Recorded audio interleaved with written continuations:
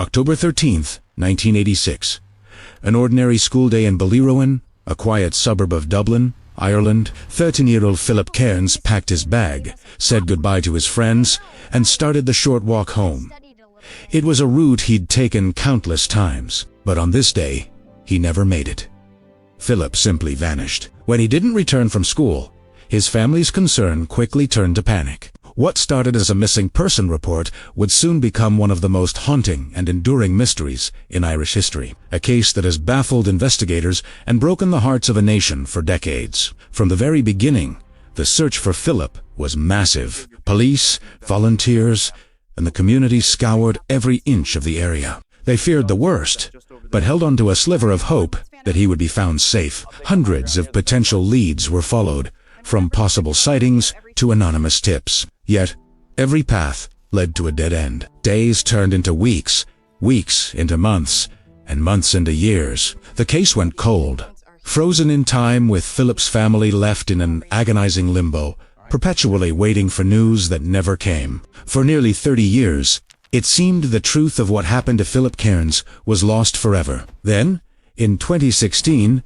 a bombshell. A woman came forward with a shocking story, one that pointed directly at a notorious and sinister figure, Eamon Cook, a former radio DJ. Her account was chilling. She claimed that on the day Philip disappeared, she was just a child and was in a car with Cook when he abducted Philip. She told investigators that Cook drove them to his radio station.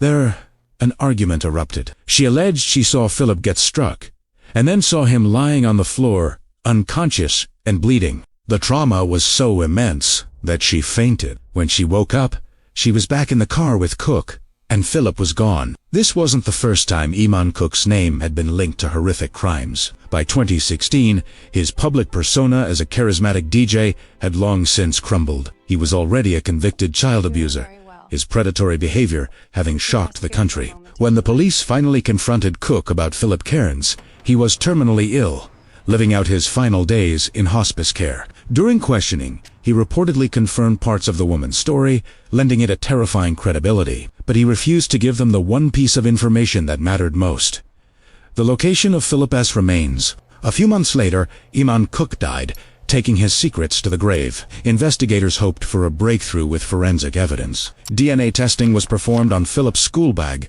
which had mysteriously reappeared in a laneway just days after he vanished. But the results were inconclusive. There was no definitive match, no physical proof to officially link Cook or anyone else to the crime. The Spittities authorities have publicly stated that Eamon Cook remains a person of significant interest in the disappearance and suspected murder of Philip Cairns. Today, more than 3 decades have passed since Philip Cairns walked home from school for the last time.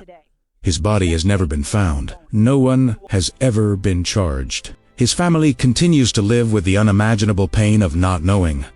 The case officially remains open. Investigators hold firm in their belief that someone out there still holds the key, that someone knows the truth about what happened on that October afternoon. For Philip's family, and for a nation that has never forgotten the boy with the hopeful smile, the search for justice continues. The hope remains that one day, the long silence will finally be broken. Thanks for watching. If you found this story compelling, please consider subscribing for more.